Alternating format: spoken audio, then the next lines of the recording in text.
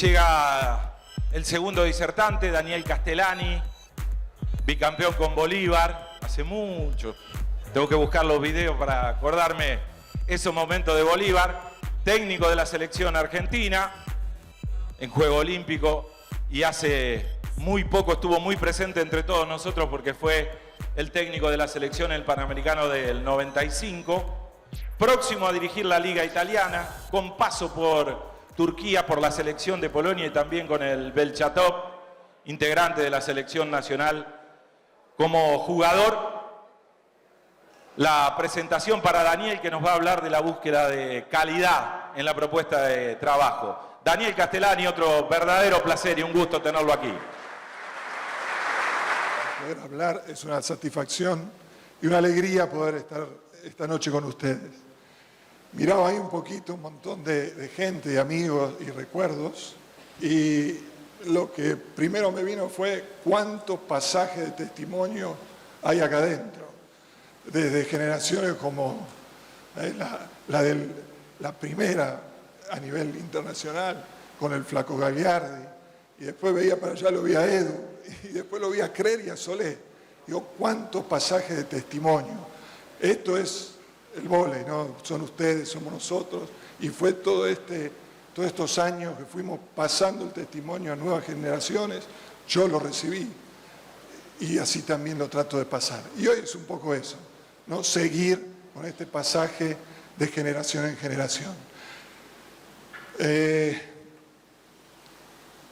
Cuando elegí este tema, ¿por qué? Porque cuando vi, va a haber 6 entrenadores, y dije, bueno, fue una de las cosas que yo cuando fui a Europa empecé a pensar, digo, ¿cómo puede ser que hablo con tantos entrenadores, con tantas miradas diferentes, y con miradas diferentes muchos tienen éxito? Y acá hay, hoy vamos a hablar 6, pero hay muchísimos más. Hay una cantidad enorme de entrenadores que tienen éxito en el mundo, y si uno habla con ellos, tienen enfoques, perspectivas, métodos diferentes, y ganan, y han obtenido resultados. Entonces empecé a pensar, digo, ¿cómo es esto? Algo en común tiene que haber. No es que cualquier cosa uno hace y gana. No. Tienen cosas y variables que son en común a muchos de ellos. Y entonces empecé a buscar. Busqué y a través de leer, a través de hablar con un montón de entrenadores, amigos, y empecé a buscar justamente cuáles eran las cosas en común. En todos estos últimos 8 o 10 años fui buscando y fui armándome un método. Y este método o esta organización del trabajo es lo que más orgulloso yo estoy de lo que hice los últimos en mi carrera. Digo, primero, todos nos gusta ganar y los títulos son muy lindos, pero eso sabemos que se va muy rápido porque en el momento que terminó es así y se termina otra vez, se termina todo y se empieza de cero. Y lo que queda es todo el trabajo y todo lo que hicimos para llegar ahí. Entonces, una de las cosas que más contento estoy de lo que hice fue poder desarrollar una organización, un método. 2 grandes áreas empecé a buscar y se puede aplicar todo esto que decía de las variables. Una es el conocimiento en el qué hacer y el otro es el liderazgo, cómo lo hago. En mi visión, después de una visión sintética de lo que hago, son 4 puntos donde baso mi trabajo. La motivación, porque en definitiva los que hacen esto, ¿quiénes son? Los jugadores. Entonces, quien tiene que hacer la tarea todo el día en el campo son los jugadores. Por lo tanto, mi mirada, mi visión principal es todo lo que hago está en relación al jugador, a motivar al jugador, a que ese jugador crezca en su autoestima, se desarrolle, digamos, todo el programa de trabajo está centrado en quién, en los que después van a estar en el campo y van a jugar, que son los jugadores. El desarrollo técnico, para mí, es un punto que no termina nunca y que es fundamental. ¿Por qué? Porque la capacidad técnica, la eficiencia técnica, es lo que va a determinar la capacidad, la eficiencia en un sistema. Si yo hago un sistema y digo, dejemos la paralela o bloqueemos la paralela y técnicamente no lo puedo hacer, no es el orden, no es el sistema el que va a hacer la diferencia, es la capacidad técnica dentro de un sistema. Por lo tanto, el desarrollo técnico no termina nunca, nunca, desde que empiezo a jugar hasta que dejo, nunca termina. Antes había muchas frases así, y a esta edad no puedo cambiar. No se detiene nunca y no depende de la edad. Los sistemas, todo lo que hago está sistematizado, tiene un orden, tiene un porqué y tiene un estudio. Todo, del video, de la charla técnica, de la fase de juego, del time out, todo está sistematizado. ¿Por qué? Porque simplifica y ordena la actividad. El último es el diagnóstico. Muchas veces escuché, yo juego así, yo hago así. Yo no es que yo me gustaría hacer de determinada manera, pero depende 100% de lo que tengo. Entonces, yo no es que juego de una determinada manera, sino que veo qué tengo y después organizo un plan y desarrollo un plan de trabajo en relación a lo que tengo. Entonces, no parto de una idea, sino parto de una realidad. La realidad es el estudio de lo que yo me encuentro en cada pretemporada, en cada equipo que empiezo. A partir de lo que tengo, ¿no?, armo una estrategia. En la parte de liderazgo, dije que el centro es el jugador. Por lo tanto, lo primero que trato de hacer es crear un vínculo afectivo con el jugador. Y el vínculo es individual, no es un vínculo general. De eso necesito tiempo, dedicarle a cada uno para poder generar confianza, ganarme la confianza de ese jugador. Y que cada jugador sienta una individualidad, ¿no?, que es él dentro del sistema, no es el sistema y después él. Él necesita sentirse protagonista, ese protagonismo lo creo yo en este primer approach, en esta primera relación, en crear el vínculo.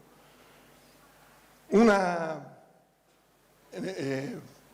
vez escuchando a gente de básquet, me contaban lo de Popovich. Una vez terminó un partido y le dice a Manu, creo que era Duncan y otro más, se me acompañan a ver mi equipo de la universidad que juega las finales. Y en mi equipo de cuando yo me inicié, entonces me gustaría. Dice, sí, claro, coach, vamos. Entonces dice, bueno, mañana nos vamos a verlo. Avión privado, se fueron 6 horas, reservó un restaurante en una bahía, comieron, ¿no?, un vino espectacular, pescado.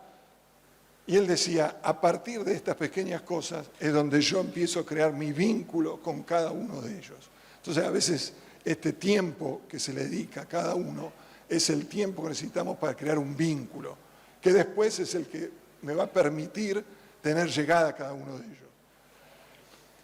En la relación, en este vínculo, diferencio 2 situaciones. El hacer con el hacer. Nunca la presión es sobre lo que son.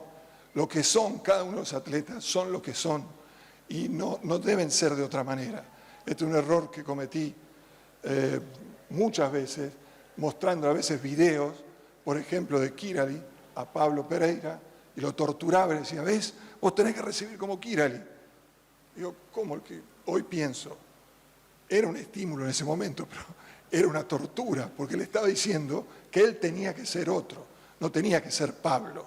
En vez de mostrarle un video sobre una situación técnica y cómo hacerlo, el mensaje era un poco contradictorio. Obviamente, con los años uno va aprendiendo.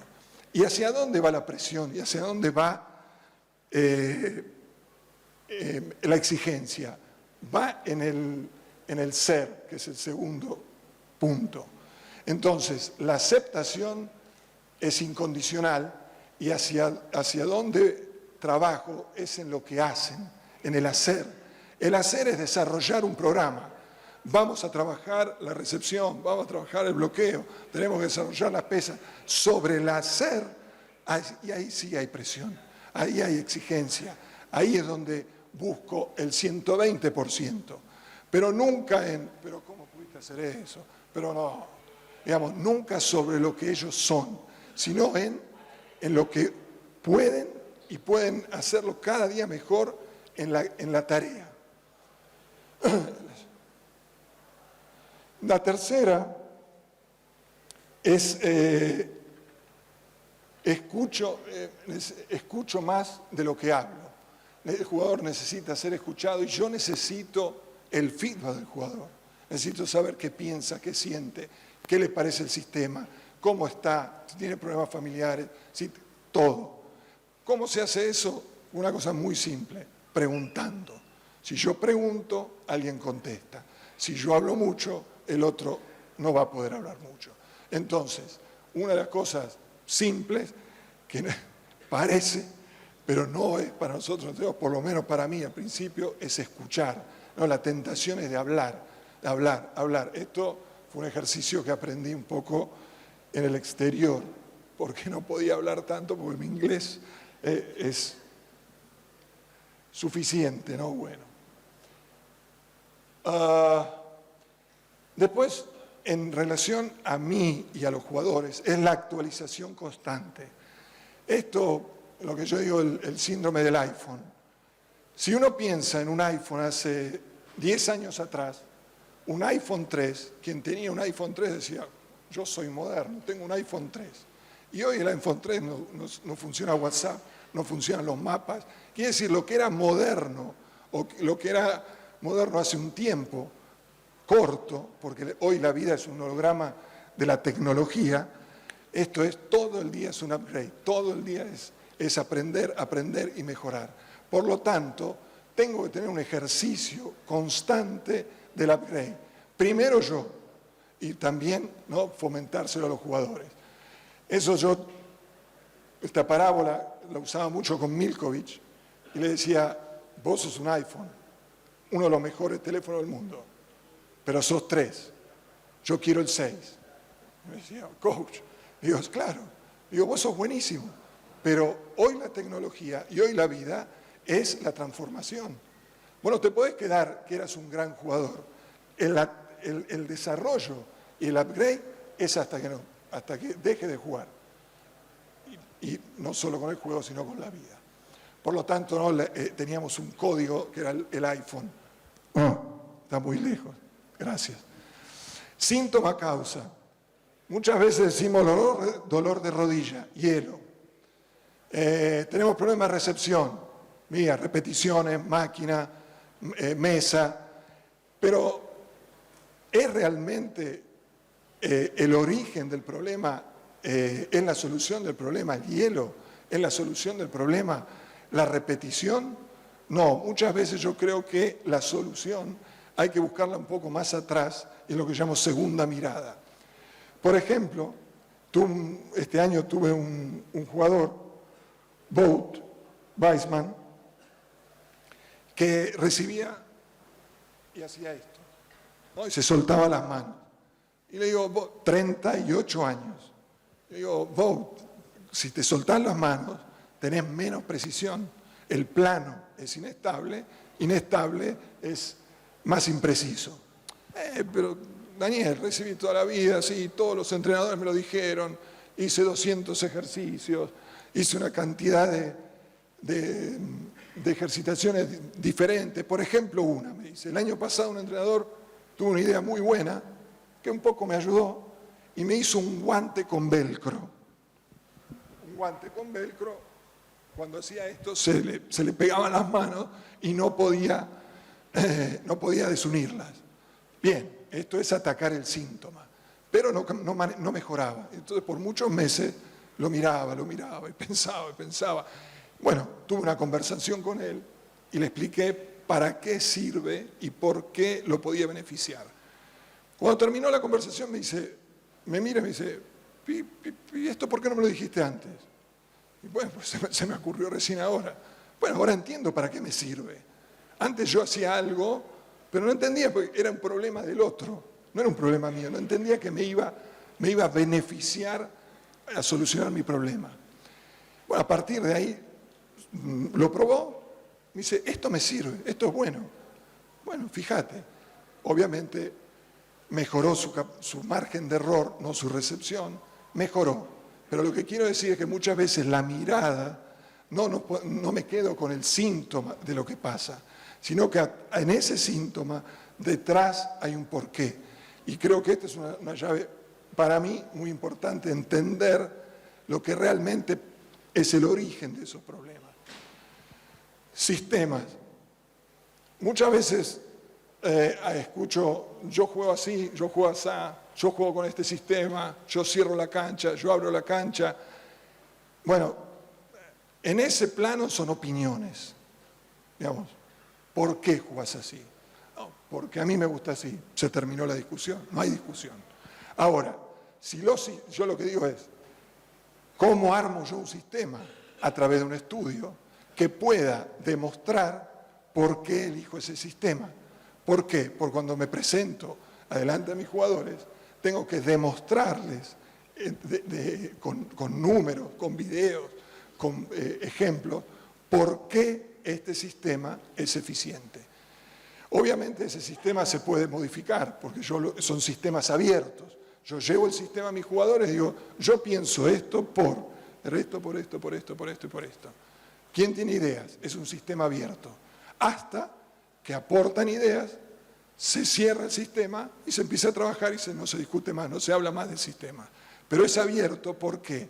Porque hay muchas situaciones que los jugadores dentro del campo perciben, que yo me daba cuenta cuando jugaba, tenía una percepción que hoy no la tengo más, esa del campo, y tengo una visión y una percepción mucho más global de los problemas. Pero el jugador sí tiene esas cosas que como entrenadores a veces es muy difícil de darnos cuenta. Difícil, y no solo difícil, sino que a veces, esto me lo dijo Papi, le pregunté por un entrenador que tenía. Me dice, es muy bueno, Daniel, me encanta. Y con los videos y con los sistemas. Ahora, hay una parte de los sistemas que eso que él quiere está solo en los videos y en la cámara lenta. En el campo es imposible. Es decir, hay cosas que tal vez en la visión del entrenador, cuando uno mira, estudia y está horas quemándose la cabeza adelante un video, es posible en un video, pero no es posible solucionarlas en el campo. Ese es el feedback que yo necesito de mis jugadores. Simple síntesis. Esto me pasó por estar en el exterior y por mi incapacidad de hablar bien inglés. Pero yo me imaginaba muchas situaciones que vivía, por ejemplo, en Turquía, en Polonia, en Finlandia. Me las imaginaba acá en Argentina, la misma situación. Café, 300 café, hablando y hablando y hablando, no, diciendo, claro, tengo la posibilidad de hablar. Acá nos gusta charlar, somos charletas, yo soy charleta, no podía hacer esto. Yo en 2, 3 palabras tenía que darle un concepto, una idea que esta persona me entienda. Por lo tanto, tuve que hacer un trabajo primero en mí para tener una capacidad de síntesis en lo que comunicaba. En esto escuché una charla de Bielsa que me gustó y me dijo, hice un planteo táctico de 40 minutos, hice un planteo táctico que me llevó un mes. Lo reduje, hice una síntesis y ese planteo táctico se lo tengo que explicar ahora en no más de 10 minutos al Burrito Ortega para que me lo entienda. Es una capacidad de síntesis, de transmitir un concepto que es complejo, pero que la llave está en cómo lo transmitimos y en definitiva es qué capacidad la otra persona tiene para aprender.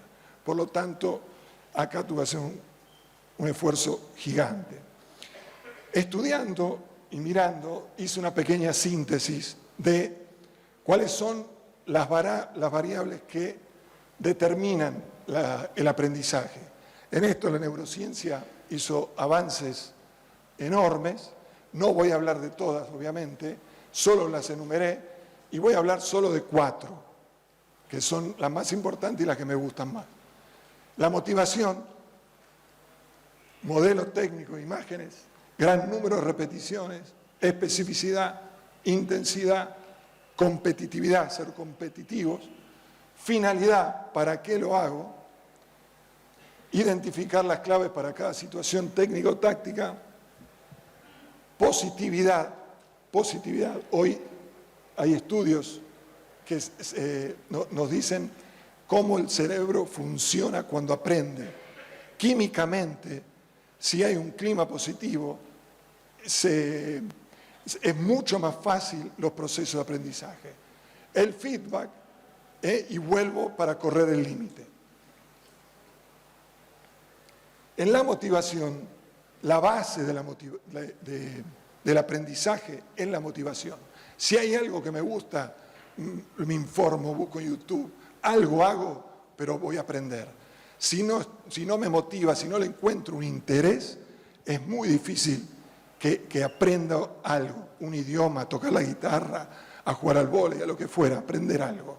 Por lo tanto, la motivación se convierte en la verdadera limitación del aprendizaje. En esto tuve un pequeño ejemplo con Guille Quaini.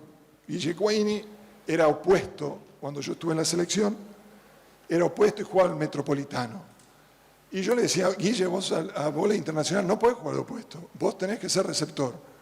No, si yo acá los mato a todos, acá, su feedback, ¿cuál era? ¿Para qué tenía que jugar de opuesto si en el vóley local era el mejor opuesto que había?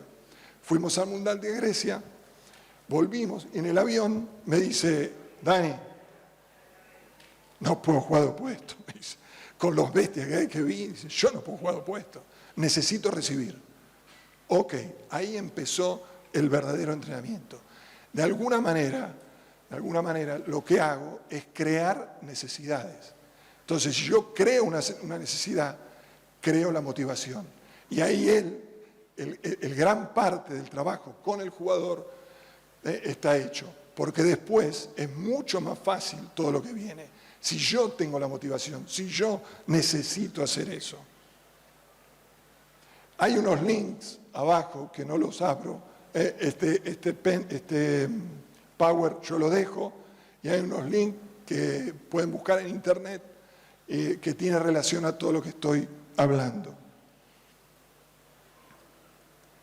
La motivación puede ser interna o externa.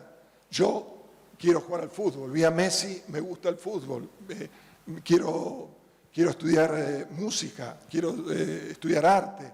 Digamos, es algo que nace de mí, que yo elijo. Entonces puedo tener una motivación interna o una motivación externa.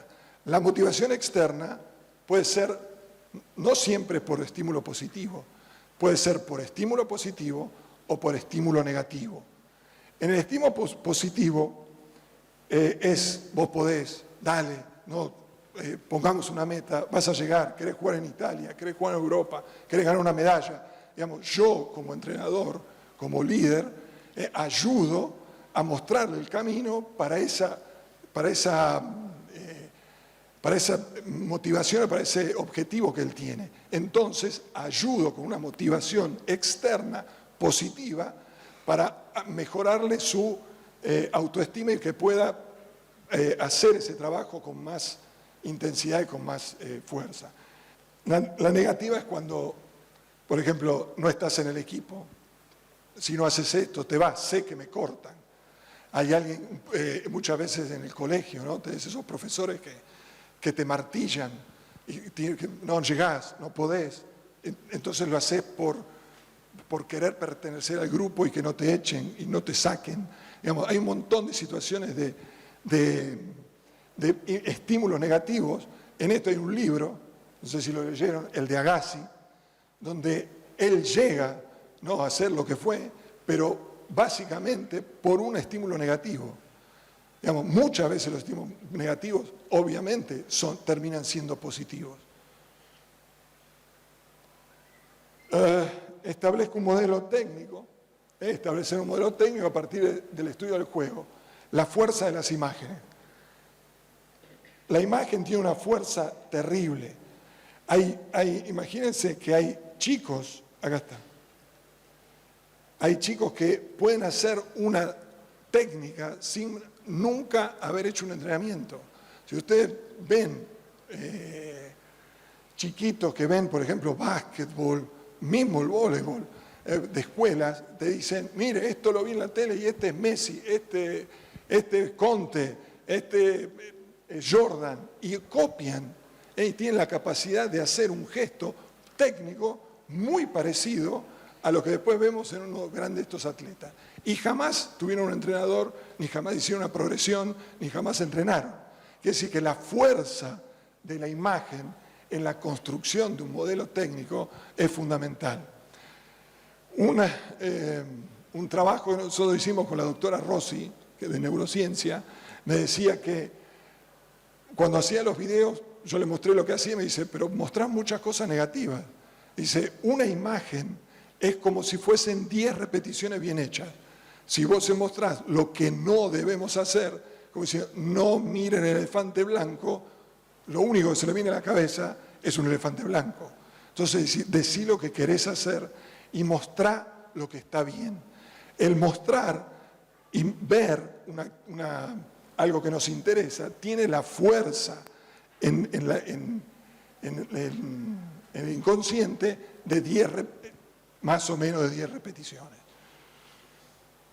El mejoramiento de las habilidades tiene una directa relación con el número de repeticiones y la teoría de las 10.000 horas. Si leyeron algunos libros de Aulitters o Coley, hablan de la teoría de las 10.000 horas.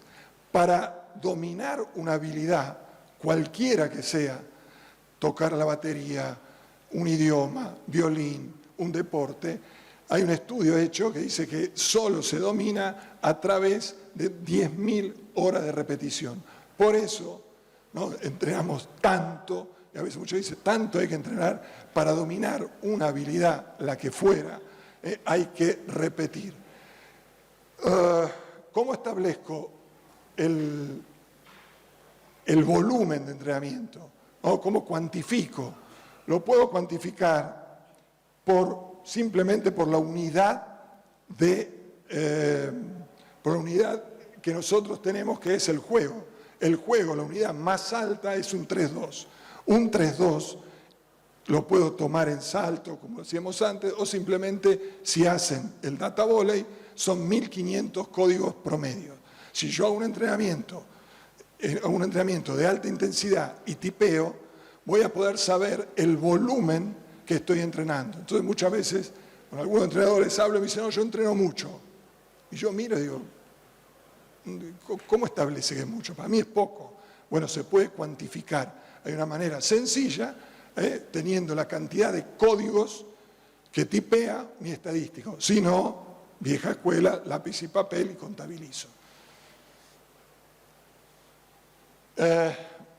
Especificidad. Diferentes estudios hablan que las habilidades como la agilidad o la coordinación son específicas para cada actividad. ¿Qué quiere decir? Si yo hago bloqueo sabiendo dónde va la pelota, no es lo mismo hacer bloqueo en lectura. No es lo mismo, es completamente diferente. Por lo tanto, una de las variables determinantes en lo que hago es la especificidad. La información y el movimiento están totalmente relacionadas. Entonces, sin información, lectura, con lo que tengo que hacer, no es específico, es de baja especificidad. La especificidad, ¿cuándo puedo decir, bueno, esto es específico o es inespecífico? Es inespecífico el exacto movimiento que se realiza en el juego. la construcción temporal de las ejercitaciones. Por ejemplo, recibo, y muchas veces los receptores, ¿qué hacen? Viene la pelota y lo primero que hago, me tomo las manos y después abro. La construcción temporal no es primero me tomo y después leo, es primero leo y después me tomo. Entonces, la construcción temporal exactamente igual a lo que sucede en el juego. Teniendo en cuenta esto, puedo decir que estoy más cerca de una actividad con mucha especificidad. La velocidad y la intensidad y el menor número de progresiones posible. Sí. En la especificidad, en las ejercitaciones, ¿cuál es la máxima expresión de la especificidad? El juego, ¿no? El juego es exactamente lo que nosotros vamos a hacer. Después está el entrenamiento del 6x6, el global, con todos los matices, por puntaje, por objetivos técnicos, por situación, bla, bla, bla. Ejercitaciones sintéticas, analíticas y fijadoras. Dijimos que ¿qué es lo más específico que hay? El juego, el 6x6, el analítico, el sintético, las ejercitaciones analíticas y las fijadoras. Número de repeticiones.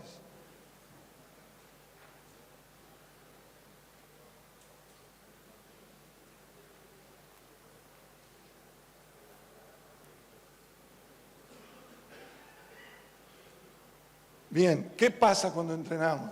Esta es una de las discusiones, no sé, discusiones, las cosas más lindas que hoy escucho cuando hablamos con entrenadores de voleibol internacionales y nacionales también. Bien, la especificidad, los americanos, ¿no? ¿Quién hablaron por primera vez de esto? Los americanos, todo 6x6, específico, específico, específico. ¿Qué pasa con la especificidad y el número de repeticiones? Dijimos que las variables son especificidad y volumen. En el juego, como número de volumen, como número de repeticiones es el menor. Y las pirámides son totalmente invertidas. Por lo tanto, más analítico voy, más puedo repetir, pero más inespecífico es. Hoy todos, ¿no?, están acá, en este rango. Los americanos, o algunos americanos, dicen todo exactamente igual que el juego. Y un poco los brasileros dicen, con el juego no alcanza, necesito agregarle volumen en repeticiones. Esta es una de las pequeñas discusiones o dos grandes temas que hoy se discuten en el voleibol internacional. Pero muchachos, estamos hablando de un discurso, ¿no?, de un muy alto nivel, donde las diferencias son mínimas y donde las diferencias son lo que cada uno le gusta. Ok, conclusiones. Los jugadores van a mejorar siempre. Les tiro una pelota en un potrero o le hago un súper entrenamiento, van a mejorar, porque el ser humano tiende a mejorar. Ahora, si conocemos las variables del aprendizaje, las causas y las consecuencias, y hacemos un diagnóstico preciso, podemos darle calidad a nuestro estímulo de trabajo. La mejora no depende del nivel técnico. Yo tengo chicos muy malos. No depende. Depende el estímulo, depende de la calidad, depende cómo armo mis ejercitaciones. No depende del nivel.